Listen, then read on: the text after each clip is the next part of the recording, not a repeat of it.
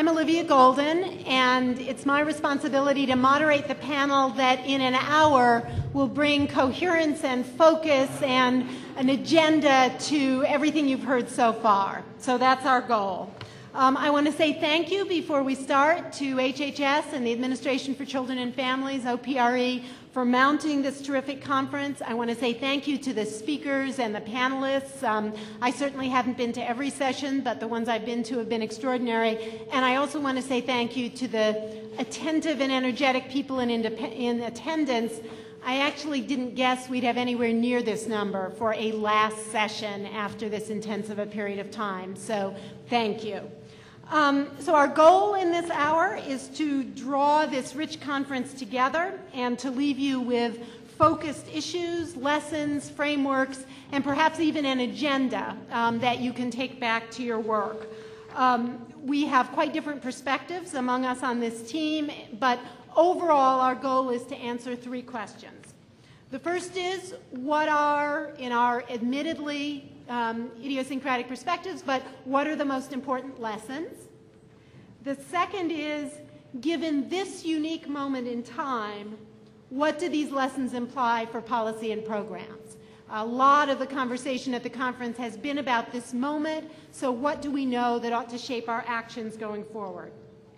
And the third question is, given this unique moment, what are the next research steps? What should researchers be doing based on what we know already and attempting to inform the debate going forward? To make sure that we have a lively discussion of these issues, we've decided on a format where each of my colleagues is committed to keeping their opening statement to 5 minutes, and then we're going to plunge into a discussion among ourselves to showcase some of the key issues. We'll see if we have time for questions from the floor, though we'll all try to represent some of the questions that we've been hearing, and then we'll try to conclude and wrap up and get you out of here at the end time of the conversation. I do want to say a couple of sentences about who each of us is. There was just so you know what perspectives you're getting, there was a session this morning, I think it was Jack Tweedy, is he still here? I saw him right down there. Somewhere, who said that there were three kinds of people: people who have to make decisions about policy and programs, researchers, and intermediaries.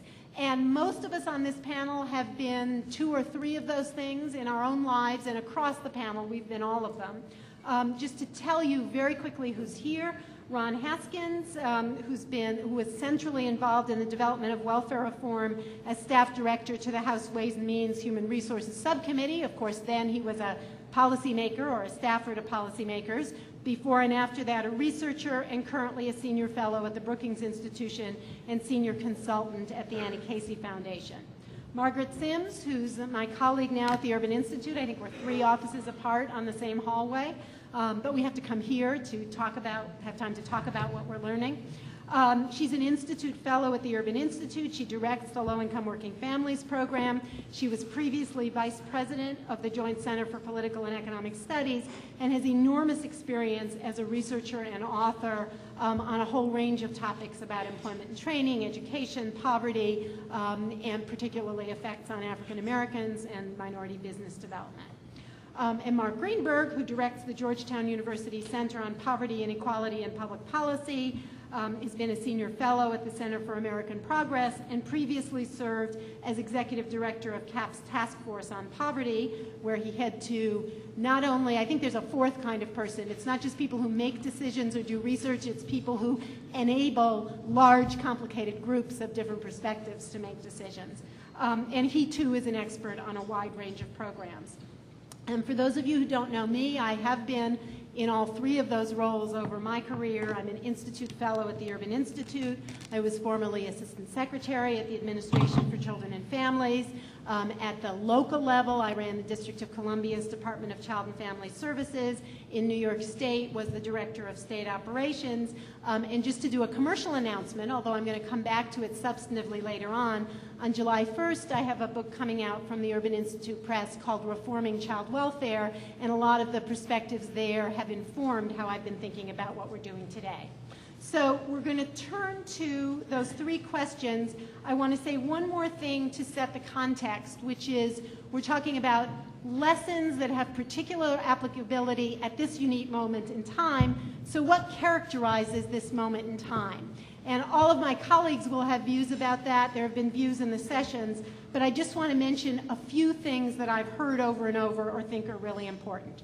This is a moment, obviously, of deep economic recession with potentially long-lasting effects on low-wage workers, on children, on families, on people we care about deeply. So there's a lot of suffering is one characteristic of this moment.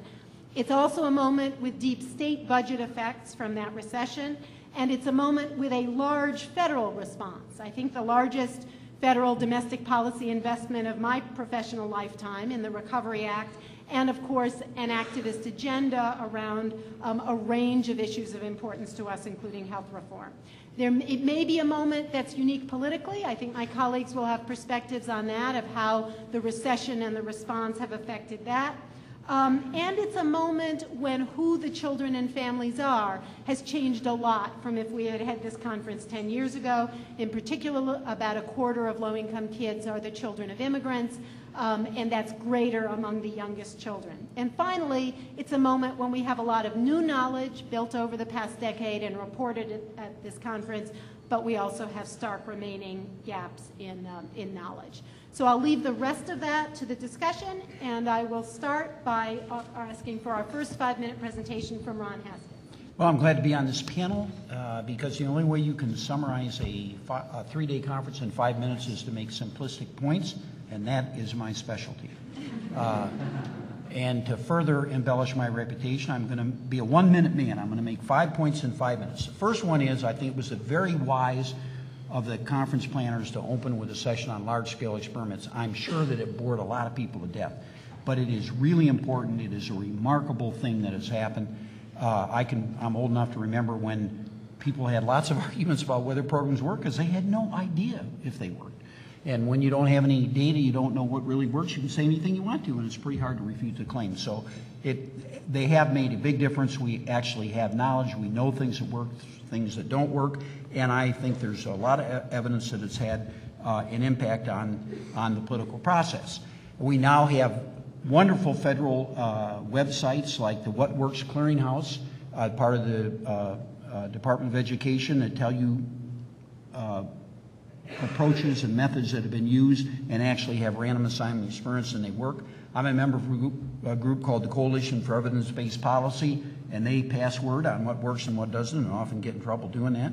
And then last and most important, OMB for several years now, it'll be very interesting to watch this in the new administration if they continue, has a system called PART, in which they tend to carefully evaluate every federal program. Now, most of them would not, obviously not be random assignment, but you cannot have accountability without good data, and you can't have good policy without good accountability. So large-scale experiments are extremely important. And like onto this point, the presentation yesterday morning by Waldman about the federal interagency group that produces the children's report is also spectacular. I will bet you that if you did a survey and you told a random sample of Americans that you know of a case where a bunch of those pointy-head bureaucrats in Washington, D.C. got together and without spending any money figured out a way to produce a report that basically was a report card on the status of the nation's children, they would not believe you. And yet that happened. They do spend some money now, but they started on the shoestring. It's really a remarkable achievement. I think it's a great report. It is a report card on the status of children in America, and it's a wonderful thing. Third point, I think Elwood and others at this conference were extremely wise to emphasize, I think, the most important development in public policy, in social policy in the United States since at least the war on poverty in 1965, and that is that we do have bipartisan agreement that mandatory work is important, but that we need work support. So we have to have Medicaid, we have to have child care, we have to have cash supplements, the ITC, now the child tax credit, which is developed even since '96. So we do have a wonderful approach, I think, that needs to be broadened and strengthened. And that is a very important agenda, never mind a recession or what the current situation is over the long run.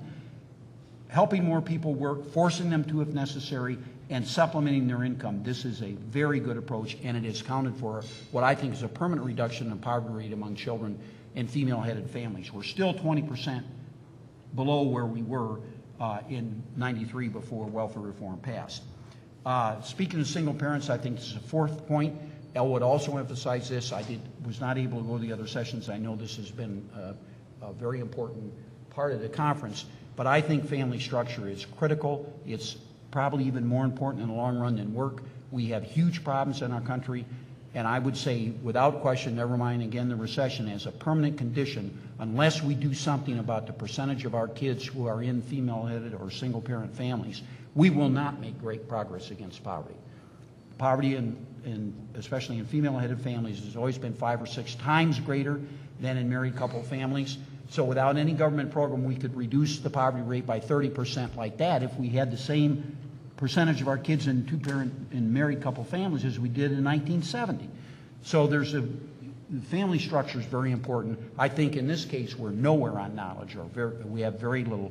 And in this regard, I hope the new administration, certainly they will allow the random assignment experiments from the Bush administration to continue. We'll learn a lot. Starting this year, I believe there'll be publications. But I hope they also leave the $100 million in place, because we need to have a movement in the country where people are out there in the countryside trying to figure out what they can do to support married couple families and their ability to rear their children. If we need to compromise, which we certainly do, then let's give them more services. And finally, the worst point of all, and not as too much discussion about this, at least when I was here, and that is the federal budget. It is completely unsustainable. We all say that now like it's a mantra, but it is. And we are now disproportionately owned by the Chinese and by the Saudis and by the Japanese. I think that's a bad situation to be in. We're about to add $1 trillion a year as far as the eye can see, and then it's going to go up as the baby boom retires and Medicare continues. So at someday we're going to have a huge problem, and children's programs will suffer when that happens. Thank you. Margaret. Well, I'm going to resist using my 5 minutes to refute half of what Ron said. You can't. I made 5 points.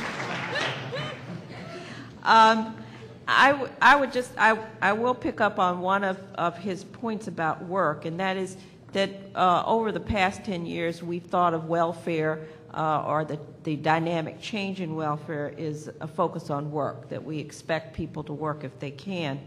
And a lot of the sessions in this conference have looked at work and work effort and programs to increase attachment to the workforce. So what have we learned? I would say that I'll give 3 points. For the most part, we can get people jobs if the economy is expanding.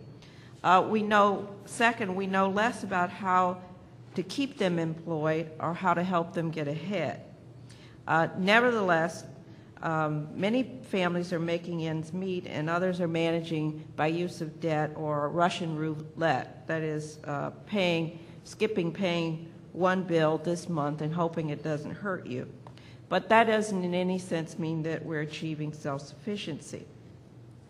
So I think that if we want to talk about what we need to spend more time on in this area, and that is how to keep people employed and how to help them move to the next level, particularly at scale. We heard, I think, in the first couple of sessions some things that would suggest there are ways or avenues that we could pursue. One is to think about stacking credentials, which several people talked about. And another, which I thought was very intriguing, that Mary Jo Bain raised, which was the point of learning from experiences in other countries, because that's something that we tend not to do, which is to look abroad. We think of ourselves as being so unique in the way we're structured with our federal system and other matters that we would say, oh, well, we're so different we can't learn from them, or we're more advanced, or whatever. As Ron pointed out, this is a challenging time to try new things. The economy is in bad shape, and the federal budget will be in even worse shape when we get through pumping out all the stimulus money. I think Bob Greenside pointed out that the budget conditions require us to make effective use of resources, which suggests that no, we don't suspend trying new things, but we focus on what things can be most effective. And I'm not sure we know the answer to that, but this is certainly an opportune time to experiment. There was a suggestion that new programs focused on low-wage workers could be part of the next round of stimulus. Certainly the discussion about who gets jobs under the first round of stimulus indicate that low-wage workers and women will be disadvantaged because of the nature of many of the jobs in this round of stimulus. What do we see as challenges in terms of how we move ahead? I think there are several of them. I'll only mention a couple that were themes in part of the conference: the changing composition of the population and how that affects the way we think about training. Immigrants, a large number of ex-offenders who will be returning to the labor market, or hopefully returning to the labor market. I think we need to look more at some of the ways in which employers and nonprofits can be engaged in both helping people connect to the labor force and moving into good jobs. I think there were several things about what we need to think about in revamping the public programs. Several sessions talked about TANF and other programs that really don't teach participants things that they need to know, but teach them things they already know about getting a job. And so it's kind of like saying, well, we keep inoculating them for the same illness, even though it doesn't work, rather than trying a new treatment. Emphasis on staffing and how important that might be. And I think we need to be more attentive to how the safety net has been, needs to be restructured. It's not really structured for long and deep recessions, nor is it really structured in a way that helps people with erratic work histories, so that it's predicated on people with short periods of unemployment and long periods of employment on the one hand, and on the other hand, it's for people who don't work. So we don't have a real good way of integrating a truly supportive safety net for people who have very episodic periods of employment, not through their own fault, but often through the nature of their jobs. Thank you very much. Mark. Thank you. Thank you. So I had the opportunity to speak at an early session on Wednesday, and so let me just say in starting out, I still believe everything I said then, but I'm not going to repeat the comments that I made then, but I stand by them. So what I'd like to do for my 5 minutes is just highlight several things that I think were cross-cutting themes across these sessions, and then specifically apply them in thinking about the time that the period that we are in right now, and in particular their relevance for the TANF Emergency Contingency Fund and for looking ahead to reauthorization. So 3 things that I would note in particular across. First, we've heard repeatedly that we have a new administration which is deeply committed to evidence-based policy. We heard it directly from them. We've heard it indirectly from a number of people throughout. It provides an extraordinary opportunity, as I'll talk in a moment. I think it also very directly poses some challenges for states in the time ahead. Second, when we think about evidence-based policy, the question is, well, what kind of evidence? And we did hear in the first session about the extraordinary contribution that experimental research has made, and I think has made an enormous difference in affecting all kinds of aspects of how we understand the world and think about what needs to be done. At the same time, there are also significant limits to what we can learn from experimental research.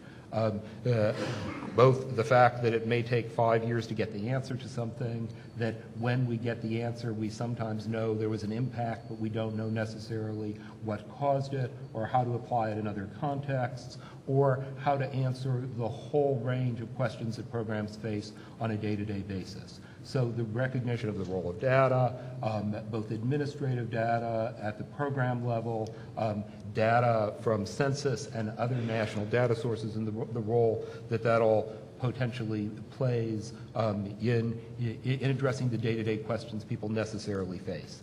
Finally, we heard from a number of speakers that this is an important time for thinking big about how do we connect welfare to work efforts to broader questions about social mobility, that is this time in fact a game changer for our economy? Is it the case that we have sometimes seen modest impacts because we have tested modest innovations?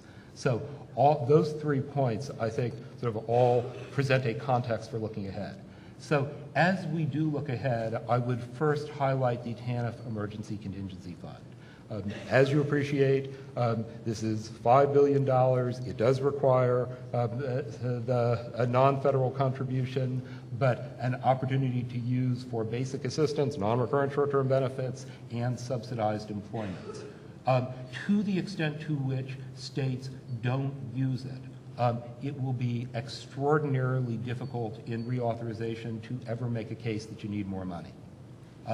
In addition to that, it seems very clear that one of the discussions in the time period to come is, in a period of economic downturn, how responsive is this program? And what is the role that it plays in a time of clearly increased need?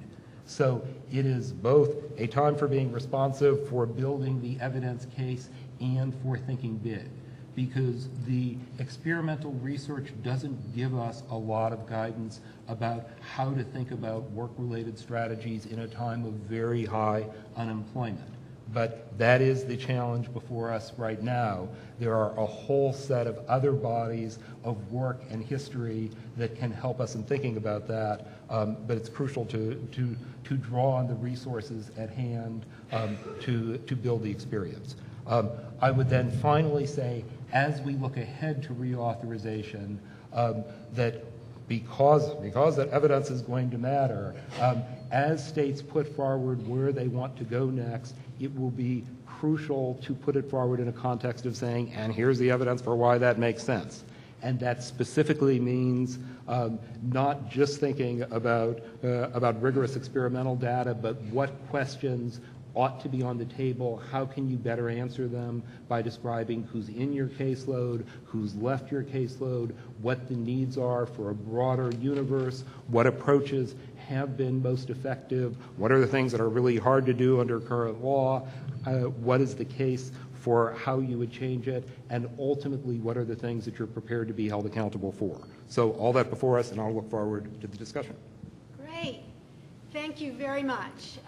As you can tell already, we don't have a consensus view of the lessons, but we hope we're going to illuminate to you some of the different perspectives. And I want to start with a question that came up in different ways in everybody's remarks, but most explicitly in Mark's, which is that those of you in this room, particularly the state leaders and researchers, are going to be going back to an environment where you have to decide what to do in the midst of a deep recession with high unemployment rates. I was just in a panel where the leader from Georgia, the workforce program, talked about the over 9% unemployment rate. So I want to ask everybody on the panel, what do we know and from what sources that you think should guide us in dealing with today's environment? What do we know? What kind of evidence is it? From what kind of research? And how should we use it to guide us? And I'm going to maybe start with Margaret.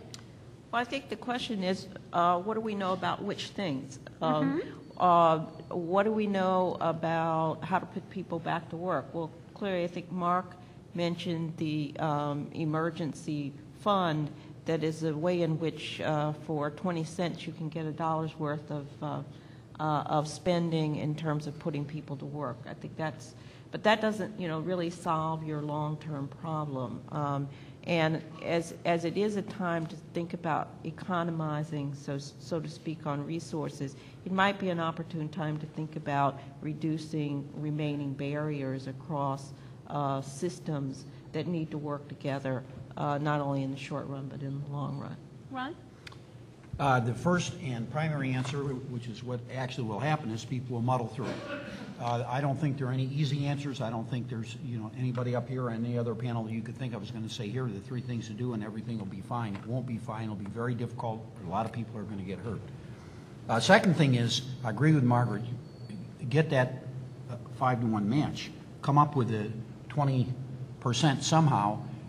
Maybe, I don't know the legal restrictions, but foundations, I know for sure there's some foundations that are willing to help, and many of you may have heard of that, but there ought to be some way to get that money, and states have already become expert in figuring out how to use TANF for everything in the world, so you won't be that, it won't cramp your style very much if it's TANF dollars. And the third thing is, and very important, and this is what I would really focus on like a laser, and all three members of the panel will disagree with me, and when they say so, y'all will clap, as you did a few minutes ago. Cut spending! Governments waste so much money, and this is a great time to cut spending. So, of course, don't do it on social programs. And nothing helps me, but everybody else, cut it. I'm tempted to push you on the last one because it's probably different from what most macroeconomists would say about the middle of a recession, right? Or you want to make the argument that people should go back now in the states and cut spending? I certainly don't want the federal government to do it. I think I don't think any of us, okay, I'll speak for myself. I do not have the credentials to say that the stimulus package, $780 billion, is really going to do the trick. I have no idea. I know economists are split on this. There are a lot of economists that think it doesn't work. So I would err on the side, as Obama and others did, of spending at the federal level. If I were a state, I'd take advantage of everything I could. But at the state level, I think I would try to cut spending, yeah. They don't have any choice. I mean, unlike the federal government, they have to balance the books. Right. And I think actually, we'll all offer our thoughts about that. But the other question that I want to ask about pushing you for a moment and then go back to Mark is on the spending in TANF, on the sort of relationship between the research and the politics. You and I did a panel together for state legislators, and states commented that even if it was the right thing to spend that money in a recession to put people back to work, that they faced political obstacles, perhaps paradoxically because of the consensus you described, that people had in their heads that TANF ought to be small as their legacy of the past. What would you say to those people about what the research really shows? And how they the first thing I would say, never mind the research, the first thing I would say is that the original understanding when TANF passed, and there was a bipartisan agreement on this, that TANF could be both a safety net program and a work program. And in fact, at the last minute, we had a big fight with Democrats, and Republicans agreed to put in the contingency fund and to fund it with entitlement dollars, and states would, in fact, it'd be kind of like a demi-grant. So that shows that there was agreement that there should be a mechanism that more people would come back on the rolls during a recession. And I'll just cite one example. I saw Don Winstead out there somewhere. I mean, I don't think anybody here is prepared to argue that Florida has a wimpy little program down there. And yet they have had an increase in the rolls, and I don't think they're ashamed of that. I think that's what we should do during a recession. And I think it's fine and excellent that when they drafted the new contingency fund, that they put work provision in there that you can, any state that wanted to could figure out how to give the money to people who are actually working. And I think that's an extremely good thing. I greatly regret it because the rolls went down so much. Most states did not develop programs, and there's some serious administrative burdens here. But I think this would be a good time to help people go to work and use that money for that purpose. Mark? Sure. First thing to emphasize is considering the relationship between TANF and the unemployment insurance system. I suspect most people would agree that for someone who loses their job, our first hope would be that they ought to qualify for unemployment insurance, if at least in a fairly broad range of circumstances. And the importance of the Unemployment Insurance Modernization Act is that it can and should and often is spurring a discussion in states about, are the rules of our unemployment insurance system appropriate, and are they currently screening out low-wage workers and parents in situations where they really ought to qualify for unemployment insurance benefits. So I would say for any of you in states, if you're not actively involved in encouraging your state to look at its options under the Modernization Act, you should be.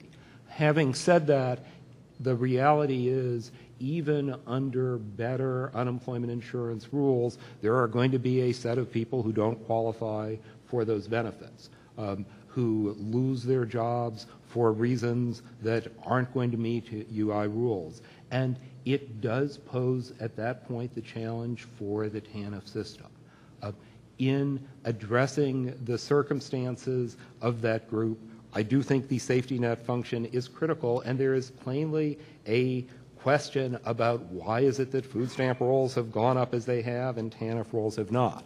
As to what states should do in addition to providing basic assistance, I think the opportunity to explore different approaches to subsidized employment here is crucial, and as emphasized yesterday, there's a lot that can be learned from transitional jobs, but that's not the only model to think about, particularly in a time where what we need is countercyclical employment. It's also the case that what we're hearing in the UI discussions is the recognition that for some people this could be a really good time to be getting the training they need to help them be better prepared for emerging jobs in the next economy. And so recognizing that within TANF, despite the various strictures of the participation rates, and with creative use of funds, that there should be opportunities for potentially combining work and training during this period so that families are both able to get by, able to maintain connections to work, and able to upgrade. Let me just make one comment about all of these reflections, because I think they go to sort of the purpose of this conference, which is we're all giving you our views about what you should do in a situation that we don't have recent random assignment research about, right? The studies that have been presented at this conference over that come from the last 15 years are not about this specific situation that you're facing. But I would just note that that doesn't mean that these reactions were not informed by evidence. And I just wanted to spend a second to note the kinds of evidence that I think have come up in these comments and that are particularly important.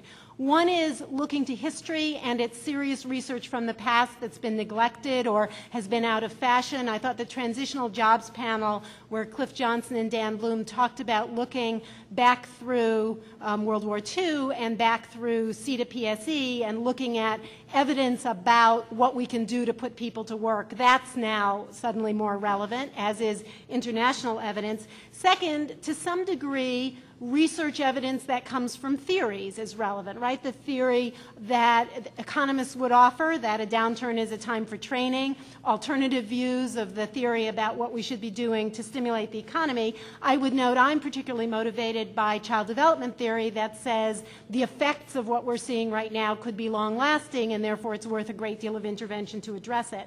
And the final thing I want to say is that descriptive research is incredibly valuable in this kind of situation. Ron alluded to the role of data. There was a conversation in an earlier session about what we know about why people are not on TANF and why it hasn't responded. Well, we may not totally be able to answer the why, but we actually know a whole lot about who's not on. My colleagues Pamela Prest and Sheila Zedleski did a paper that said people with a huge number of barriers to work are very likely to be not on TANF and disconnected. One possible theory is programs are too complicated to stay on. That may not be what we want in the middle of a recession. So I want to note that a variety of kinds of research are, I think, informing people's advice to you about what to do in this moment. Let me turn from that question to a question that also got a huge amount of discussion, which was whether this is a moment of opportunity. It's a difficult moment, but is it a moment of opportunity? And we heard multiple views from the panel, with Mark arguing that it is a moment of opportunity, Ron, I think, arguing about the risks in the federal budget. Let me just let everybody give a quick comment about what you see as the opportunity to seize, if there is one, and what you see as the big risk of this moment. Who wants to start? Go ahead, Margaret. Well, I think the opportunity, we've already mentioned that it's a good opportunity for people to get training. If we can, I think we know enough about it to get started in terms of being able to train folks.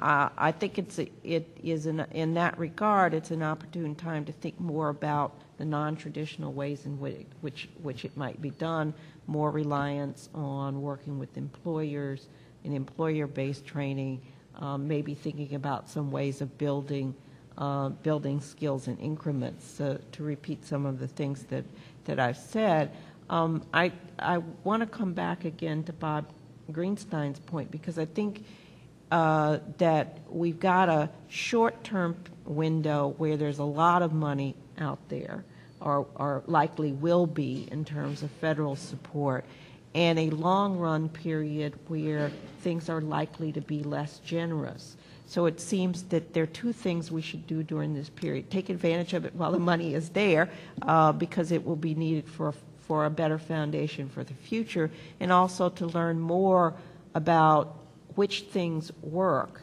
in less advantageous circumstances, so that when we think about what funds could or should be available, that they're used more as effectively as possible. So use this moment both to spend and to learn. Yes. In some ways. Mark, brief comment, and then Ron, brief comment. Sure. So let me say, I mean, I've already talked a bunch about opportunity. I do just want to explicitly say for state people, you know, I appreciate, especially those of you dealing with enormous budget deficits, how hollow some of this may sound. And that in particular, you know, in the context of the Emergency Contingency Fund, I wish there wasn't the 20% match. I mean, I think that doesn't help the situation. At the same time, it's there. Those are the ground rules for operating under, and for all the reasons that we've talked about, I think we've got to make the best of it. I do think that as we also look ahead to reauthorization, that is the opportunity there, not just to talk about how do we fix the nuts and bolts around participation rates, but what do you want to do next? And what's the vision for the role that this block grant plays within broader safety net, poverty policy, mobility policy, to be able to articulate it and to be able to say it has to be about more than dealing with what's now a relatively small share of the poor with a focus on reducing the caseload. And it presents a challenge, just what it is, but I think that's the conversation we have to have. Ron, opportunity, risk, or both? Okay, mark me down as this is not a great time of opportunity. But still, I think there are a few things that do make sense. One is, as I've already said, I think it is a great time for states to develop work programs. The vision in 96 of welfare reform is that all the states would have really strong work programs, community work experience, we called it in those days, transitional jobs, whatever you want to call it. But they would have the administrative capacity, which we have shown over and over again is really crucial. So this is time to try to develop that and to do it with a federal dollar, you know, $4 for every dollar you spend. Second, as I've said, cut spending. Government's too big. We're going to have to cut spending at both the state and the federal level. We do not have any choice, so we need to figure that out. Now's a good time to start on that. And then in using the federal stimulus money, the states have got to really think through what happens at the end of 2 years when the money goes down. They have to figure out ways to spend the money that they're not suddenly a bunch of kids are going to be out of child care. That would be a bad thing to do and would actually could impede a recovery. So that needs to be thought through very carefully. What scholars should do, I think there's a huge scholarly issue here, and it's what is a safety net during a time of high unemployment? I don't think we know the answer to that. And I think there are things we can do to help people get back in the workforce more quickly. Training is obviously one part of the answer, but we need a lot broader thinking and careful studies. And now, you know, our lab is all set up out there. We have misery all around the country. So what are we trying to do? What should we do? What do people do that works? I think we really have a big need to be looking at that. We should spend some money doing that. Let me use that as a springboard to a next to last question about the opportunities for research to influence policy and politics. There was some discussion in a number of panels about the disconnect or about the opportunities. Ron started off by saying that he thinks research has influenced policy, and I just want to ask everybody, from the perspective of people in this room who are researchers, at least in part of their time, is this a good time to influence? Is it a bad time? Is it a time when policymakers elected and appointed are too busy to even pay attention, or is it a good time? I have some perspectives and have written some about this issue, so I'm going to comment as well, but let me see what my colleagues think. Good. What does it take for research to influence policy, and is this a good moment? Go ahead. Sure. So first, I don't wish to sound Pollyannish about this. I mean, we are encouraged by what we're hearing from the administration, but obviously politics plays a big role in the world too. And we've had less discussion about a sort of evidence-based emphasis in Congress. It's, you know, what I would want, what I'd emphasize here is that research, I think, has its biggest impact when it either tells people what they want to hear, or when it's a situation where people genuinely don't know the answer and genuinely are open to learning it. It, I think, has its least impact when it tells people things that they don't want to hear, or in situations where it in some ways goes contrary to the values that people bring to the conversation. In the, I mean, and I suspect people entirely appreciate this, but in a world where the administration, Congress, everybody else is overwhelmed by a large number of issues in a very fast-moving environment, that the ability to convey research findings with integrity, clarity, but really quickly is just crucial in order to be effective. The logic of this is that research should apply going down or coming up. I mean, if you have something that produces effects, then it should, that's what you don't want to cut. And in good times, you want to spend more money on that kind of program. So I think the logic holds whether Congress is cutting things or expanding things. I do think there's a broader kind of a vision issue here for researchers and for people who think about policy, and that is, and let me go back to the PART program that I cited earlier. It would be good if going into a recession we knew the effects of all the programs that government is running, because in that way policymakers really would be able to decide they've got to cut, they're going to cut, we know they're going to do that. And politics plays way too big a role in that. If they actually had data and they were in the habit of using data, they would cut where it would do the least damage, and some things could be cut that would probably do no damage, other than the broader point about government spending being a stimulus during the economy.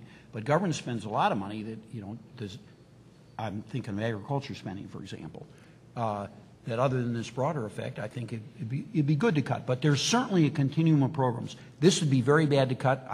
This is not a time to cut education, for example, although many states will, all the way down to things that probably will not produce big negative impacts if we cut them.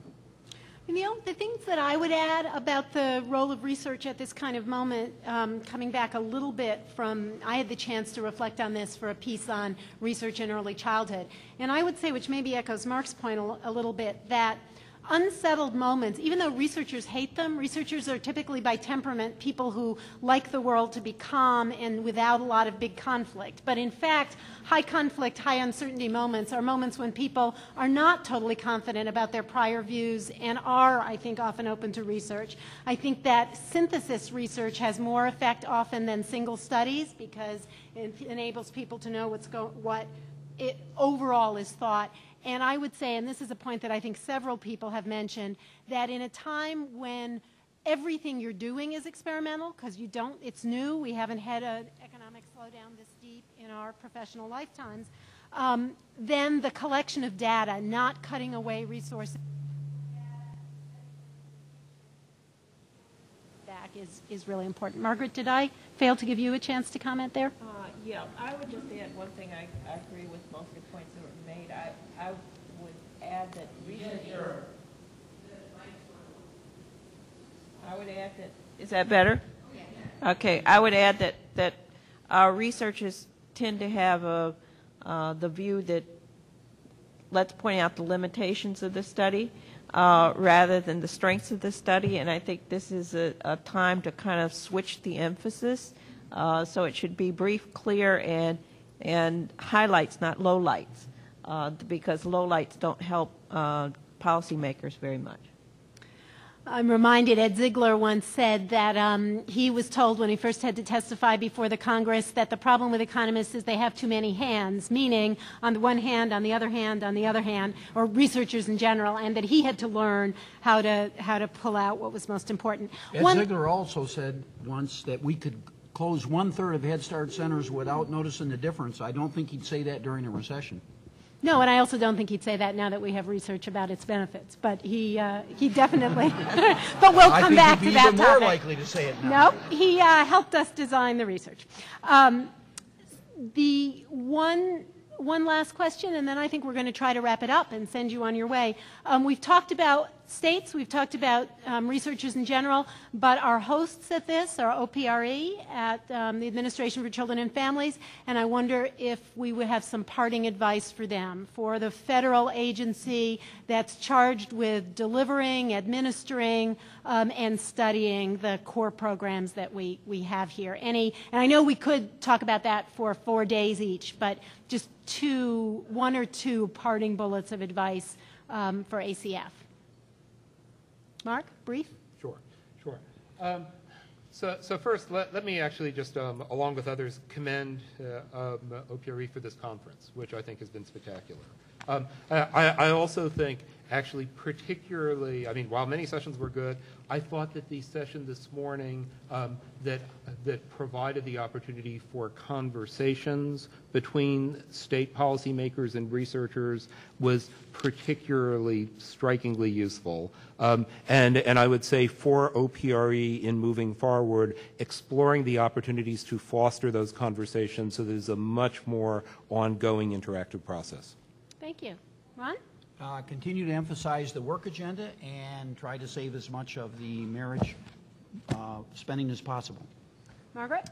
I would say to kind of pick up on a point that Mark said or you said about synthesis work, that this has been a very informative and very useful conference, but for purposes of policy and thinking about next steps, it might be useful if there's a way of pulling together some of the strands and highlights about the work in a way that it can inform people going forward. And I also was struck, I'm not sure if this was in your thought, Margaret, that the conference did go well beyond the programs that ACF directly runs in the health session, in workforce sessions, in broader safety net sessions. And to me, the agenda going forward and an important role for a research agenda is to provide coherence and a way for people who may operationally be living in different worlds to think much more clearly about how their pieces fit together. I'm going to try to offer some concluding remarks that try to tie together from my own perspective and pull in a little more of the children and family panels. But first, let me offer the other panel members the chance to say any last word that was stimulated for them by this discussion. And let me ask people not to repeat points they've already made, but to add anything that at this point they feel we didn't get to and is important to get to. Ron? See you next year. Okay. Margaret? Ditto. The same. Okay, well, I'm thinking that was applause for the richness of the prior comments, not only for the brevity of the current ones. So I wanted to take the opportunity to pull together a few of the threads that particularly struck me, a couple overall points and a few points specifically about the children's agenda, and then close with some thoughts about research and policy. The first point that I would make overall is just that this is a time of very serious distress for low-income individuals, for children, for families, for communities, and for states. I take very seriously the evidence that the effects, particularly for the most vulnerable, particularly for children and young people, but also for low-wage workers, likely persist for a long time. And so to me, even though it's easy to jump to the question of programs or the question of big picture opportunities or risks, it is crucial to start at the state and federal level with the distress that's being experienced and the question of what we can do to ameliorate or to prevent future outcomes. The second thing is that, like Mark, I am also by nature an optimist, so I actually see a very big opportunity in the federal response, in the Recovery Act, and in other examples that suggest to me a much greater level of federal attention to low-income kids and families. Health reform and CHIP reauthorization obviously being very big ones, and ones that people in this room who care about children and families and low-income workers should be figuring out how to connect to. And to me, in some ways the biggest opportunity is an unfrozen policy context. That is, a world where a lot of what we thought we know has been blown up is actually, I think, as I said a moment ago, a good world for researchers and policy thinkers, and a world with opportunities for improvement. So those, to me, are the big picture. I would say three things about the agenda for children, and I didn't get to all the sessions, so these are partly my own reflections and partly guided by the book that, as I said, I've just completed, which focuses on the most vulnerable in child welfare. The first theme that I would highlight is the opportunities for two-generational solutions, for programs and strategies right now at the state level and the federal level that address kids and their parents. That's a theme that we've known about for a long time in the child development world. We know it matters. In many of the worlds that study troubled families, the needs are very evident. I was just in the youth panel where the survey from NASCA, from the survey of children who've encountered the child welfare system, shows a very large proportion of those children as adolescents being parents themselves, and raises huge issues about the need for two-generational interventions.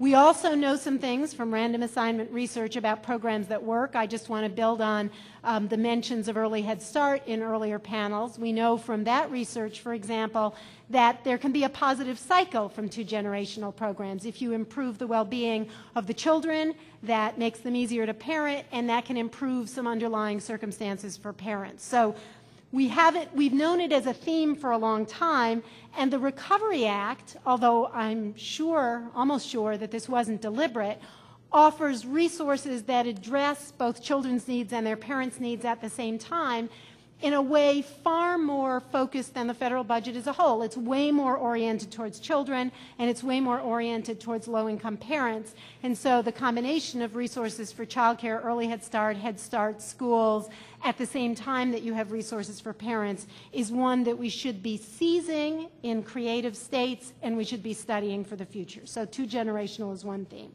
The second theme, which I'll just mention briefly, is that clearly we have an opportunity to advance on early childhood, given the administration's interest. And I just want to note, again, in the light of this conversation about what research is relevant, that we have a lot of research that we haven't recently been using fully. As many of you know, I have sort of a personal stake in the Early Head Start and Head Start random assignment research, having chaired the groups that developed them. The Early Head Start kids are now in third grade. We know from the age 5 evaluation that some of the findings were looking better and better for the most troubled kids. We ought to be trying to find out what happens to them in the school year. The Head Start evaluation is virtually unique in telling us something not only about pilot programs, but about a huge system. It's a random sample of programs nationwide in a system that serves 1 million kids, and it tells us a huge amount about the control group kids, what's happening in those early childhood systems. So we have an opportunity. We should mine the research. Third big opportunity I would highlight for children is, of course, health reform, CHIP reauthorization, and Medicaid. There was a very good panel in one of the breakout sessions offering us lots of insights from what we know already, and I just want to give you the headline that everybody in this room who cares about low-income families or low-income kids should be trying to find ways, either in your state or nationally, to connect to the health world. It's a world that's in transition, in the states with CHIP reauthorization and potentially Medicaid choices, and in the nation with health reform, and there are enormous opportunities. In my book, I got very focused, for example, on the opportunities if we can make treatment for depression, which we know how to treat in low-income parents, we can make that available, we have potential for a big impact on children. So I would just urge you to push. Last thoughts to tie it together about the role of research, and we've talked about some of that here. Why was this effective conference so important right now? Because this is a moment of when past previews have been unfrozen. And what does that say about what you should do in the way of research in this time? The first thing is, when decisions are being made quickly, it's crucial to use the research we have effectively. And we've said some of that in this panel, but I just want to underline that we have more research than we think. And the reason for that is that people turn to research when it answers a question they have in their head. And if there are questions we haven't had for a while, like what do you do in a deep recession? What do you do if you have the opportunity to expand health coverage? What are the most high payoff opportunities? if you have questions that you haven't had in the past, the research that relates to those can be buried in a library, and you need to go get it. I thought the PSE and Transitional Jobs panel was very effective on that. Demetra Nightingale made a comment in the panel this morning on the implementation research and how much it tells us. You have to look broadly across countries and fields and historically to find the research you need. Second theme, and again, this is one that I've been thinking about a lot for my book, is that this is a moment when research about implementation matters too. We should be looking not only at what we know about results, but about what we know about making our systems work. The biggest example of what we need to know right now, I suspect, for those of you in states that are trying to gear up really fast to respond to Recovery Act deadlines, what do we know about gearing up effectively, about gearing up in ways that are cross-agency and respond to the breadth and the opportunity of the Recovery Act? What do we know about collecting data that will galvanize effective response? I would argue that we know some things about all those things. We can know more, and we should know more, but that really matters right now as well. Next to last point about the research is, and I think everybody said this, I know Ron said it, this is a moment to learn much more. We should be using effectively what we know, but it's also a moment to learn. I would highlight his point, and I think Mark made it too, that what we know quickly, say within the next 18 months to 2 years, shapes a very big set of decisions, reauthorization decisions, budget decisions. So we have to be planning some of our learning not on a 5-year timeline, but on a 12 to 18 to 24-month timeline. In that timeline, we can be collecting a lot of data, we can be tracking implementation, we can be experimenting in ways that give us early information as states make different choices, taking advantage of natural experiments. And the Urban Institute has done some thinking about what such an agenda would look like, but I know others have as well.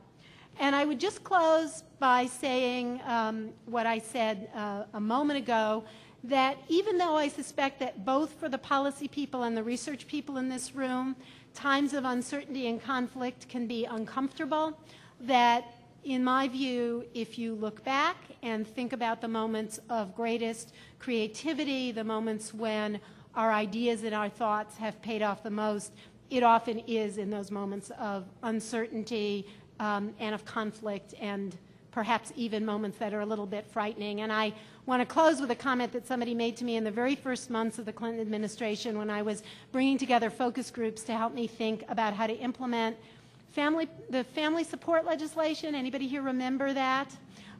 Which was a first-time attempt to connect the child welfare world and the community prevention world.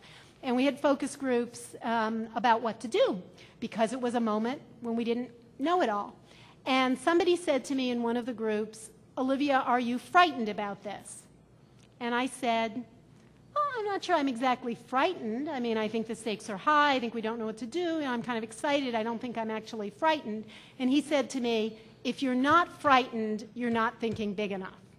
And I found that a very helpful lesson, and I would pass it on. Not fear to the point of paralysis, but fear in the sense that we know the stakes are high and that it's really important to choose the right thing. So thank you. Thanks for the opportunity to close this extraordinary conference, and thanks to OPRE.